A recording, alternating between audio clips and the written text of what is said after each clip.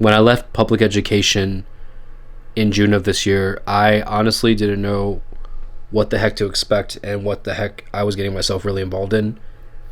To be quite frank, I was scared, I was nervous, because I was leaving my last career as a broken man, to be transparent. And I felt defeated, I felt worthless in a way, and I was definitely taking a step into the unknown. This career change was necessary because I've been through so much at the time. And I was looking back at my photos on Instagram when I was still a teacher. And I'm just going to be very real and honest and say that I could see in my face in those photos that I was very depressed. I was not feeling very too happy. And quite frankly, you could see in my face that I was going through a lot. But then I look at photos and videos of me now in my new program coordinator job, and I'm a lot happier. Actually, I am happy completely. I am filled with joy. I am filled with positive energy, and I'm filled with a very happy vibe.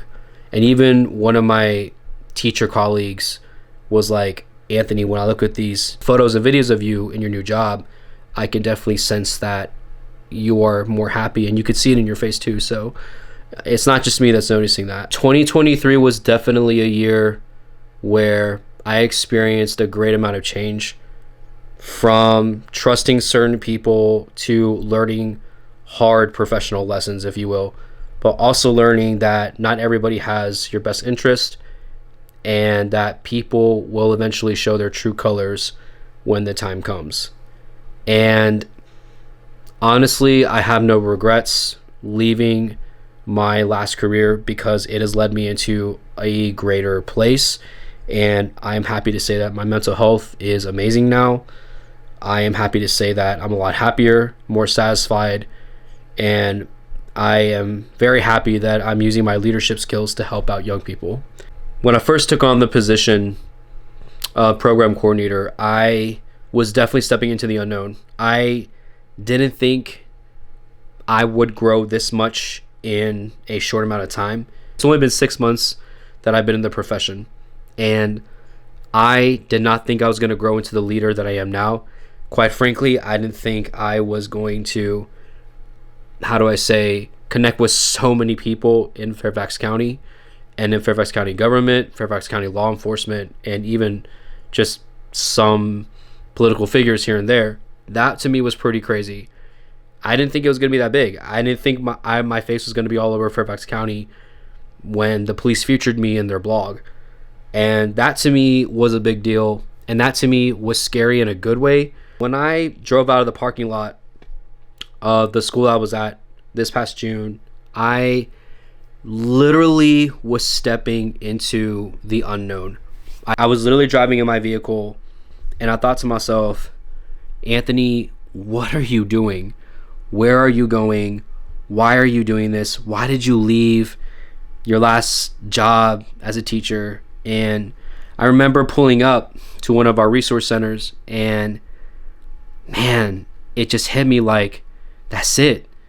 I'm leaving public education. I'm no longer going to be a teacher. I'm now in a supervisory management role where I get to make the decisions. I get to call the shots, and I get to run the program how I see fit.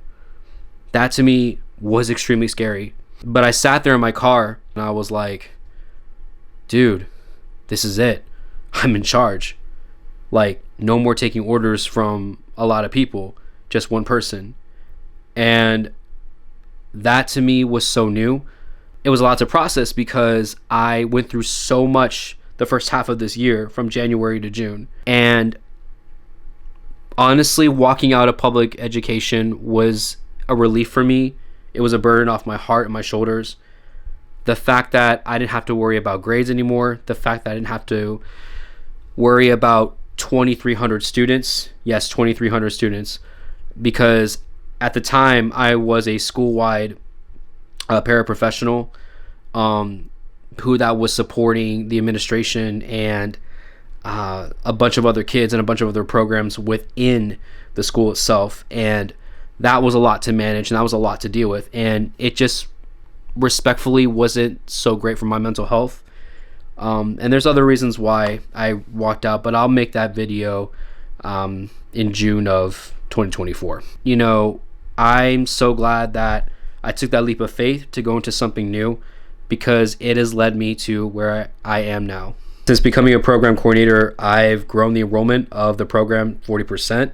I have increased attendance drastically.